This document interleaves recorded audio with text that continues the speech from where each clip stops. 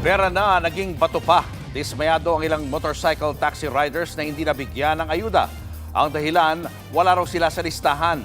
Nasa frontline na balitang yan si Mobile Journal Arles de los Santos. Tirik ang araw pero hindi yan alintana ng motor taxi rider sa ikatlong araw ng pamamahagi ng ayuda dito sa TLC Concert Ground sa Taguig City. Isa na dyan si Rama na galing pa sa pamamasada kaninang madaling araw. Isinama niya na ang tatlong anak sa pagkuha ng ayuda dahil walang mag-aalaga. Nasa trabaho pa kasi ang kanyang asawa. Aniya, sa 8 taon niya bilang MC taxi rider, ngayon lang daw niya naranasan ang ganito kamahal na presyo ng petrolyo. Okay naman sir, lumit lang po yung kita namin kasi mahal ng gas, tapos yung pumasahe, ganun pa rin, walang nagbago.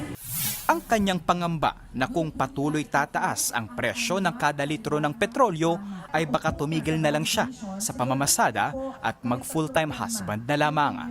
Ayun no, wala na, maginto na tayo, wala nang kitain doon. Dapat sir, babaan din ng kita ng kumpanya yung para yung sa biker, yung mga rider, sakto yung kita nila. Habang ang single parent na si Lani napapikit na lang nang malamang wala sa listahan ang kanyang pangalan kahit nagsumite na siya ng form at requirement sa kanyang transport company noong Marso. Kaya dismayado siya. Pera na sana, naging bato pa.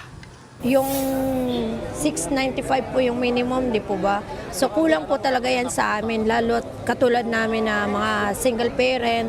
Sana naman po maunawaan ninyo kung ano po yung mga hinanakit namin kasi sobrang hirap ngayon ng buhay.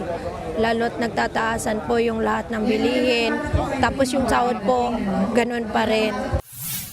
3,215 na motor taxi riders ang nakatakdang makatanggap ng ayuda ngayong araw.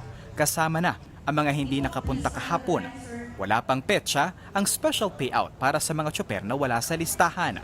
Nagbabalita mula sa Frontline, Mobile Journal Arles de los Santos, News 5. Mga kapatid, Julius Babaw po. Para sa komprehensibo at makabuluhang balitaan at talakayan, mag-follow at mag-subscribe na sa social media pages ng News 5.